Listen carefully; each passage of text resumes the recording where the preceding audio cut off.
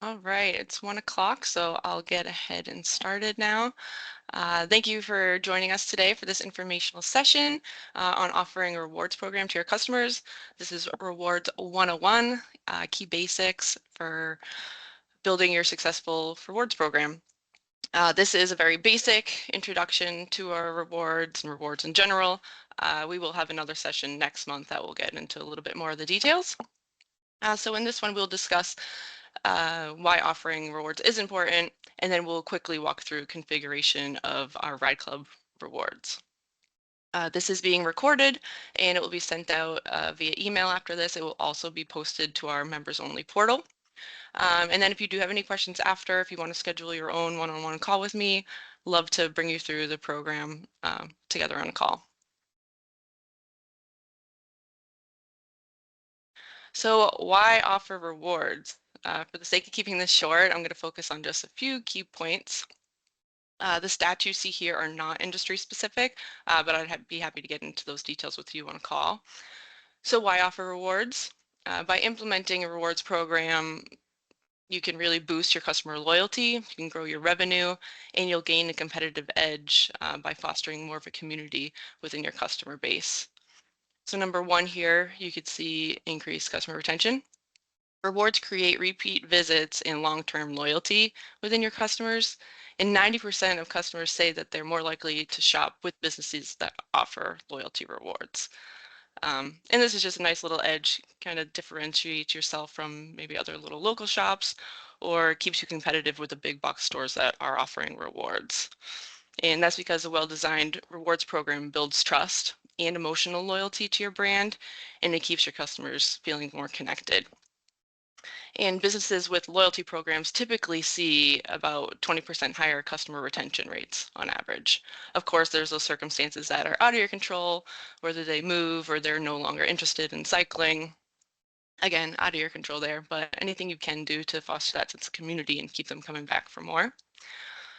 Two here is boost average purchase and ticket sales and margins.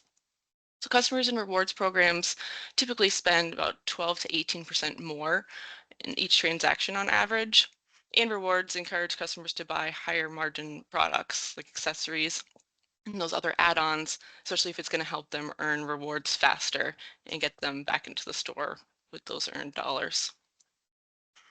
Number three here, eliminating upfront discounting. So this is a huge one and is the main reason why a lot of our members end up switching to our rewards program here, offering rewards to their customers. So traditional strategies like giving coupons or just upfront discounts right on the spot to close a sale.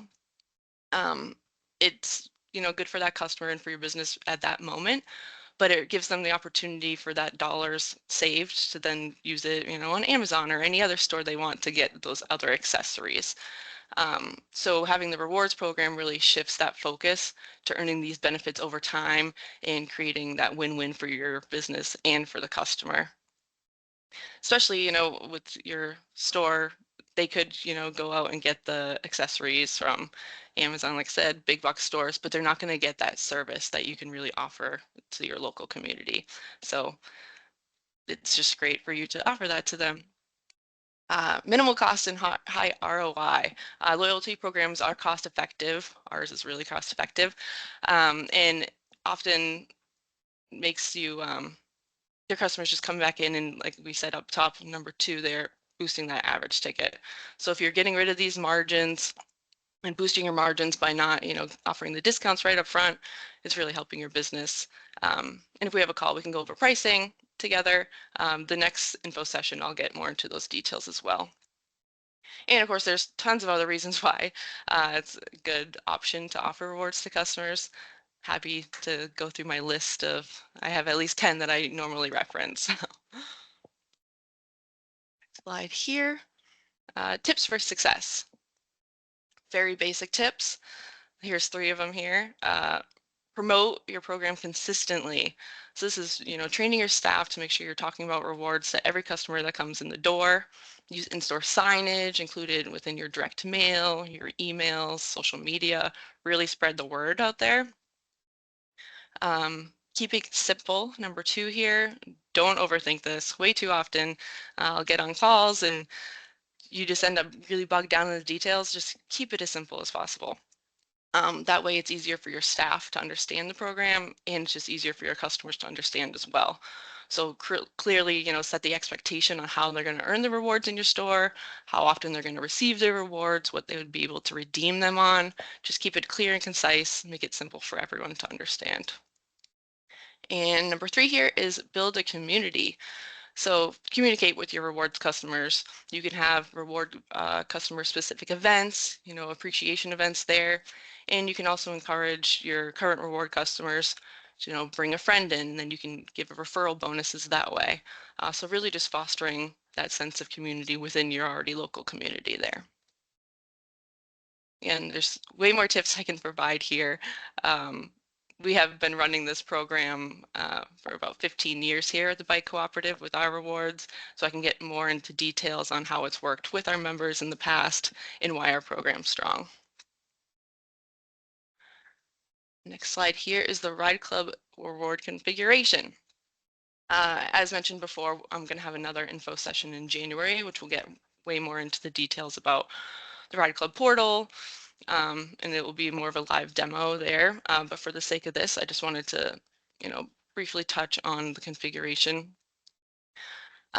So RideClub, how it works is we integrate with leading point of sale systems, so Lightspeed, Ascend, RMS. There's also a manual upload option for, any members that are using a different point of sale program that isn't integrated. And the data feed comes over nightly. So it is a one-way feed. Nothing you would do in our program would ever impact your point of sale. Your point of sale is the master of the data coming through. So RideClub will look for parent categories within your data. As you can see here, bike, service, accessory. We do have some members that sell fitness equipment as well, so you'll see fitness there. And then any other products that don't fall into those bike, service, accessory, fitness will go under other. So once we receive your data, I'll always go through and send you a snippet of it so you can see how your products are being categorized. In here, you'll see this is the 1, 2, 3% rewards. So 1% on bike, 2% on accessory and other, and 3% on service. This is one of our most popular setups that we see. The other most popular is just a flat percentage across the board, typically 3%.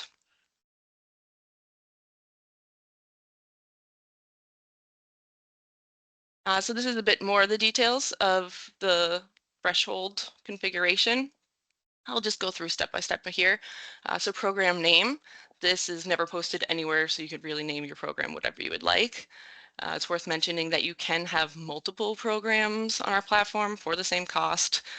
So a lot of times here we might see, tier 1, rewards tier 1, or certain team reward programs that might have certain names in there.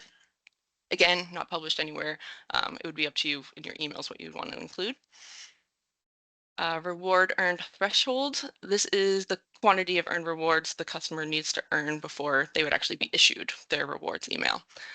So for example, with that 1, 2, 3% program I showed you on that last slide, if I came in and I purchased, a $1,000 bike at 1% earned, and if I were to purchase another $200 in accessories at 2%, that would earn, $10 for that $1,000 bike, and then it would be an additional $4 for the accessories I purchased, for a total of $14 in earned rewards.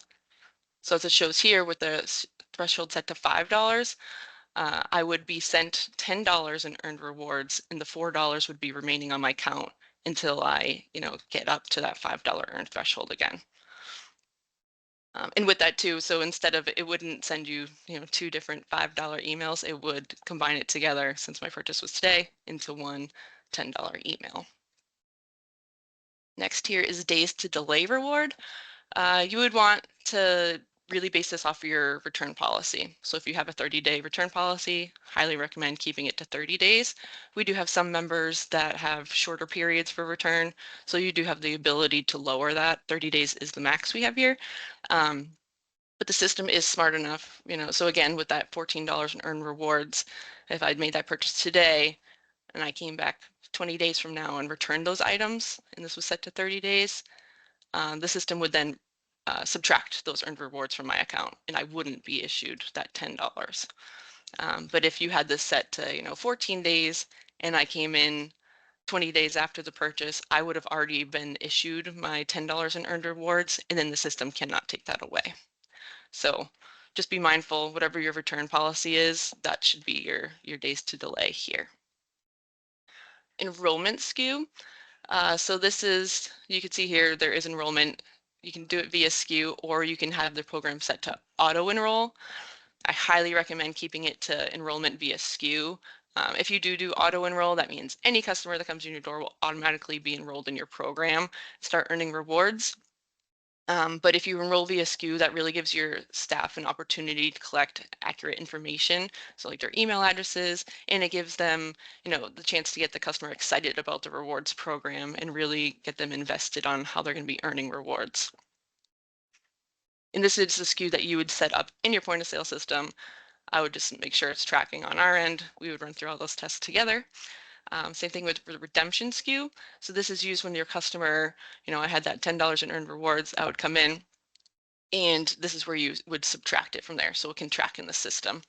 Really smart to really be tracking your redemption so you can see your ROI over time of your program and just give you a better understanding of how your customers are cashing in on their rewards. Last here is the expiration date. I recommend keeping it to 30 days. 30 days is the shortest period here. So it's 30, 60, 90, 120. It goes up to 365 days that you can keep it. I always recommend keeping it to 30 just to give that sense of urgency. So your customer really, if I got my $10 earned today, I know I need to go back into your store within the next month to cash it in. Even though if I came in, a couple days after, it's completely up to you, but you could still decide to honor those rewards. And if anything, that just boosts the customer experience that much more by, allowing them to cash in on the rewards, even though it's past that date there. Lastly here in the configuration is exclusions. So a nice part of this program, you can see here in this example, you can exclude by unit price. So this is mostly used, so say you have like all clearance or closeout items, you could have it set to a certain unit price there. So this example is 22 cents. So if you had any items in your store that ended with the 22 cents, they would not earn any rewards. It's just a quick way to eliminate them from earning the rewards. And sometimes this is used as a workaround. I know some members will do this if, they do get stuck giving an upfront discount. If you have that item, ring in as with whatever discount you give them to end in that 22 cents, it wouldn't earn an additional reward. So since you're already giving them that upfront discount, they wouldn't need to earn rewards on it. And you can also upload a list of SKUs that you wouldn't want to have earn rewards. Historically, this was a really popular feature in the past, especially for car racks and other, items that you really don't get a lot of margin on. I'm really not seeing any members using it for exclusions of complete SKU lists anymore. Again, it kind of brings you back to the keeping it simple as possible. You don't want to overcomplicate this for your staff and for your customers.